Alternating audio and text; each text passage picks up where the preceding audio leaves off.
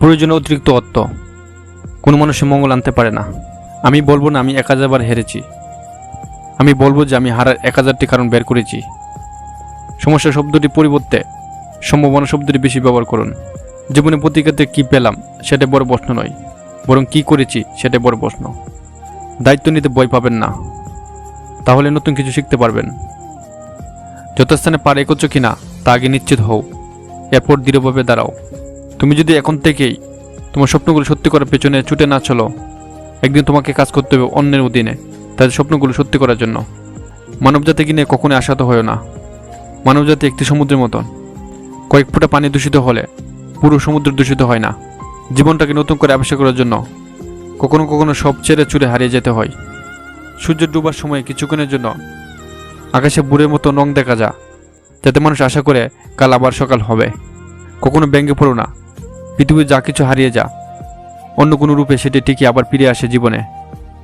প্রত্যেকের জীবনে একটা গল্প আছে, অতীতে ফিরে গিয়ে গল্পের শুরুটা কখনো পরিবর্তন করা সম্ভব নয়, কিন্তু কঠোর পরিশ্রমের মাধ্যমে তুমি গল্পের শেষটা চাইলেই নতুন করে সাজিয়ে তুলতে পারো। তোমার স্বপ্ন আর তোমার মাঝে দাঁড়িয়ে আছে কেবল একটি জিনিস, সেটি হচ্ছে অজুহাত।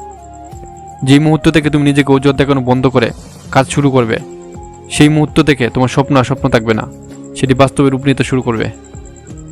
পৃথিবীটা হচ্ছে একটি আয়নার মতন, তুমি সবার সাথে যেমন ব্যবহার করবে, যেমন মনোভাব পোষণ করবে, ঠিক তেমনটাই ফিরে পাবে প্রতিদানে। ইগো মানুষকে অচেতন করে রাখে, চেতন আর ইগো কখনো একসাথে থাকতে পারে না। সম্মান ও সুকীর্তি চাইলে পাওয়া যায় না, এগুলোকে অর্জন করতে হয়। তাই নিজেকে যোগ্য অপমান করো, অন্য কাছে নয়, নিজের কাছে। ইগো আর লাভ হলো একই গাছে দুটি আলাদা আলাদা ডাল, শুধু পার্থক্য হলো লাভ সবসময় একটা সরি বলতে চা, আর ইগো সবসময় একটা সরি শুনতে চা। সম্পর্কের জেদ এলে দুজনে জিতে যা, হেরে যায় শুধু সম্পর্কটা। আপনি যাই করেন না কেন, এই দুনিয়া মানুষকে সন্তুষ্ট করতে পারবেন না। তাই দুনিয়া সকল মানুষদের খুশি করা মিথ্যা আশা ছেড়ে সৃষ্টিকর্তাকে খুশি করতে চেষ্টা করুন।